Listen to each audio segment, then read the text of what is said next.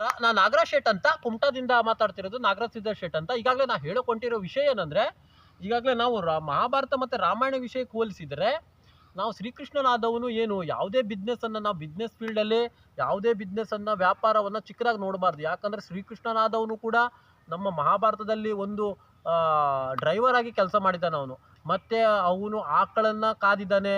ನಂತರ ಅಲ್ಲಿ ಯಮುನಾದಲ್ಲಿ ದಡದಲ್ಲಿರುವಂಥ ಒಂದು ವಿಷಕಾರಿ ಕಾಳಿಂಗವನ್ನು ಆತ ಓಡಿಸ್ತಾನೆ. ನಂತರ ಬೆಣ್ಣೆಯನ್ನು ಕದ್ಕೊಂಡು ತಿಂತಾನೆ. ಎಲ್ಲ ರೀತಿಯಾದಂಥ ಒಂದು ಎಂಟರ್ಟೈನ್ಮೆಂಟ್, ಎಲ್ಲ ರೀತಿಯ ಮನೋರಂಜನೆ ಮತ್ತು ಎಲ್ಲ ಜೊತೆ ಬೆರ್ತಾಗಲೇ ಆತ ಶ್ರೀಕೃಷ್ಣ ಲೀಡರ್ ಆಗಿರೋದು. ಮತ್ತು ರಾಮನಾದರೂ ಕೂಡ ಶಬರಿಯ ಎಲ್ಲವನ್ನು ತಿಂತಾನವನು ಆತ.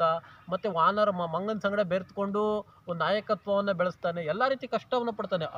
ಅದರ ನಂತರ ನಾವು ರಾಮ ಹಾಗೂ ಶ್ರೀಕೃಷ್ಣನನ್ನು ಪೂಜೆ ಮಾಡೋದು. ಯಾಕಂದರೆ ಅದೇ ರೀತಿಯಲ್ಲಿ ನಾವೆಲ್ಲರ ಜೊತೆ ಸರಿಸಮಾನವಾಗಿ ನೋಡಿ ಮತ್ತು ಎಲ್ಲ ಬಿಸ್ನೆಸ್ಸನ್ನು ಒಂದೇ ರೀತಿಯಲ್ಲಿ ನೋಡಿ ನಂತರ ಎಲ್ಲ ಗೆಳೆತನವನ್ನು ಎಲ್ಲ ಒಂದೇ ರೀತಿಯಲ್ಲಿ ನೋಡಿದರೆ ಅವರು ಒಳ್ಳೆ ರೀತಿಯಲ್ಲಿ ಲೀಡ್ರ್ ಆಗೋದಕ್ಕೆ ಸಾಧ್ಯ ಆಗಿರ್ತದೆ. ನಾನೇ ಮುಂದಂತ ಹೋದರೆ ಯಾರೂ ಕೂಡ ಲೀಡ್ರ್ ಆಗಲಿಲ್ಲ. ಯಾಕಂದರೆ ಕೌರವ್ರದ್ದು ಪರಿಸ್ಥಿತಿನೇ ಆಗ್ತದೆ. ಅವರು ಕೂಡ ತಾನು ಅನ್ನೋದೊಂದು ಅವರಿಗಿತ್ತು. ಯಾಕಂದರೆ ನಾಯಕತ್ವದ ಗುಣಲಕ್ಷಣಗಳು ಯಾರ ಹತ್ರನೂ ಇರಲಿಲ್ಲ. ಎಲ್ಲರೂ ನಾಯಕರಲ್ಲೇ ತಿರ್ಕೊಂಡಿದ್ರು ಅವರು. ಆದರೆ ಎಲ್ಲರೂ ಕಡೆ ನೆಲ ಕಚ್ಚೋದ್ರು. ಆ ಒಂದು ನಿಟ್ಟಿನಲ್ಲಿ 2 ಮಾತನ್ನು ಮುಗಿಸ್ತಾ ಇದ್ದೀನಿ.